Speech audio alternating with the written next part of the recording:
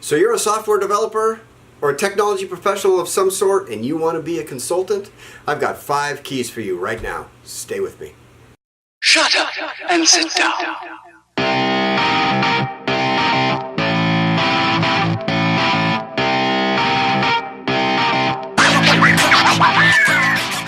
So the 5 keys to becoming a successful software consultant, an independent programmer, a contract programmer, a freelance developer. I don't care what you call it. You want to be in business for yourself. There are 5 things I want you to think about. Number 1, your skills, man. This is, of course, important. And if you haven't been doing what you've been doing for 5 years, I'm not buying, to be perfectly honest with you. I feel like you need to have 5 good years in your skill set to sell it to somebody outside of your employer, right? So if you want to step out into the business world and sell your stuff as a service, you need to have at least 5 years, and you need to really have demonstrated and developed competence in your skill. We work in Java and JavaScript every day, and that's the technology set we're selling.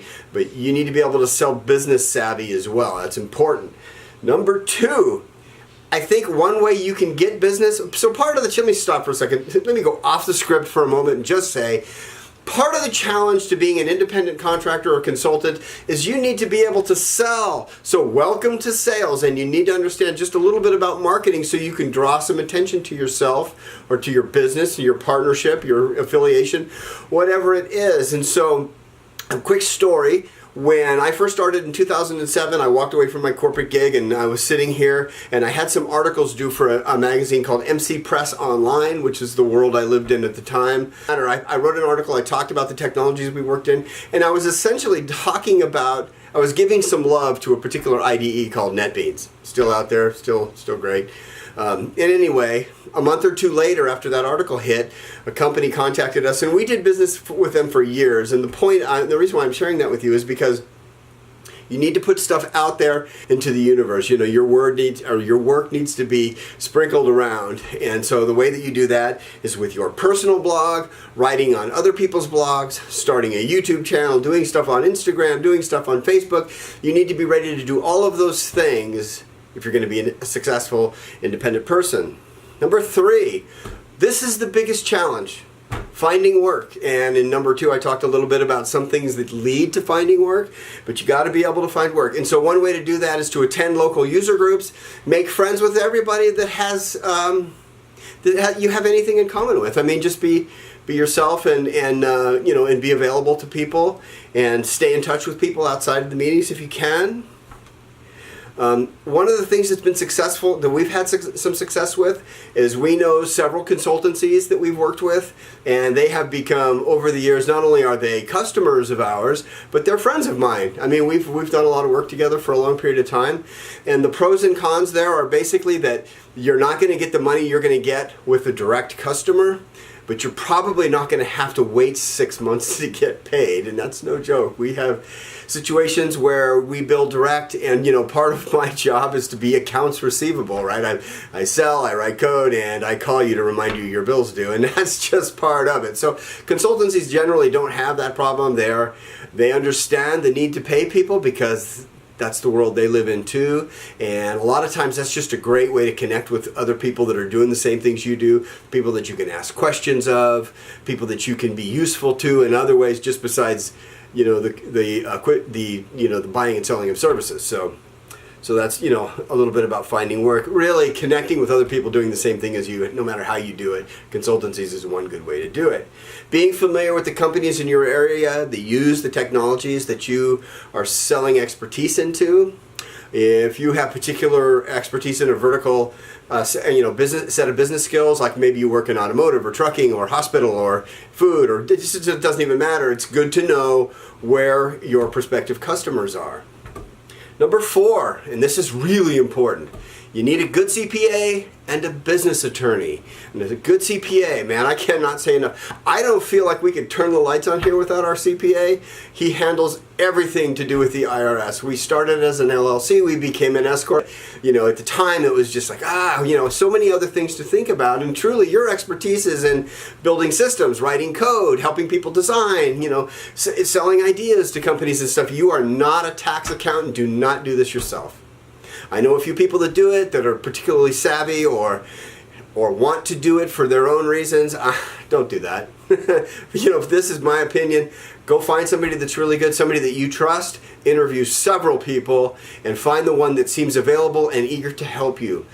Just like I want you to help other people out there, I want you to look for a CPA that wants to help you too, not somebody that's too busy, can't take your phone call.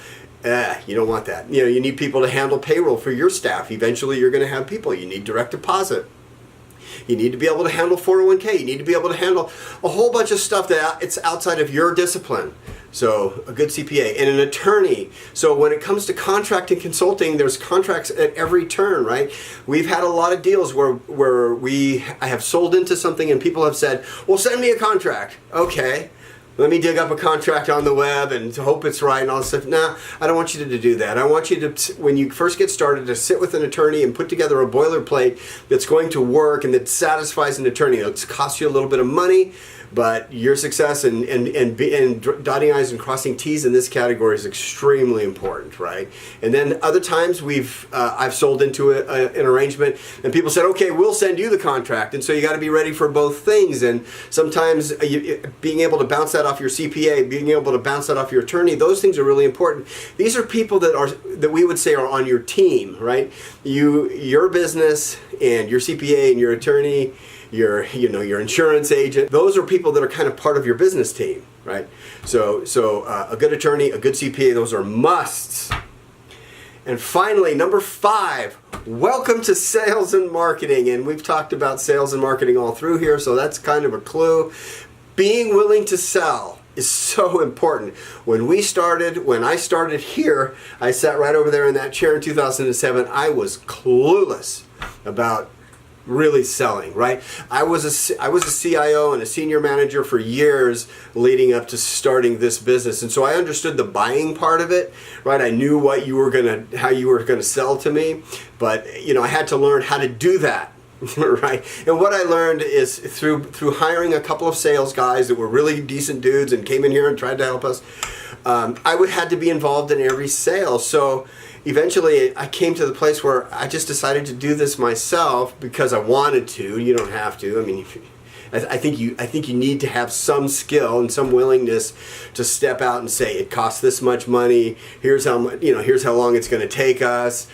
Here's how much you need to give me as a down payment. Here's how the contract's going to work. Here's how frequently we need to be paid. And all of those things are uncomfortable for people at first. Some people, I think most people that work in technology aren't necessarily extroverted to the degree that a professional salesman is, or haven't developed the skill of handling the financial exchanges with people that you need to develop to be good as a consultant, because it's, your programming skill, your development skill, whatever it is you're selling is one thing, but if you can't get paid, you're out of business. And where I see most people fail when it comes to stepping out on their own is a lot of times people will leave their corporate job. They have an opportunity waiting for them as a contractor or consultant. It's a 6-month deal, it's a 10-month deal, it's a 2-year deal. But at the end of that, what now? What now? And that's a scary thing for anybody that's an independent. And I have talked to, I don't know how many, countless people, I can't even come up with a number, a lot of people that we've tried to bring on or that have asked me about what it takes to do this. Here's one for you. Every single time I've worked in a contract setting for a corporate customer, people have come and took me aside and said, what does it take to do what you're doing? And, and so what keeps people from stepping out is the fear of what happens after that first contract.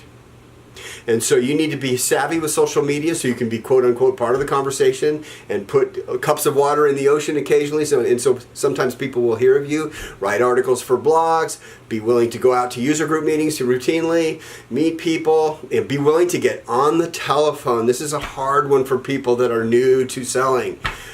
It sucks. Sometimes it sucks to get on the phone and people don't want to talk to you. They know you're trying to sell them something and all of that. So those are some things you have to think about. You need to be willing to sell, and you need to be willing. Selling is like tending a garden. So when you're working on today's contract, you're working on tomorrow's garden. You don't know what's going to grow out of that and who you're going to sell to, but you need to be planting seeds on social media. You need to be doing some writing. You need to be staying in touch with people. You need to be in contact with your ex-customers all the time, so they remember to reach out to you when they need you. And so there's a lot of machinery and a lot of mechanics in place, a lot of moving parts. It's not just, I landed a contract, let me go over and work for ABC X company and make what feels like big money for a while. It's more than that. So those are 5 things. Your skills, number 1. Number 2, write for blogs and your own blog you should have out there. You need a body of work and you need to demonstrate competence, as I said in another video. You need to be able to find work, and that involves sales and marketing. So that was number 3, find work. Number 4, a good CPA and a business attorney. A good CPA and a business attorney you cannot do without. And number 5, finally and forever, welcome to sales and marketing. You got to be willing to ask for the sale. I'm Scott with MotivatedCodePro.com. Please like, subscribe, and hit the bell, and keep coming back.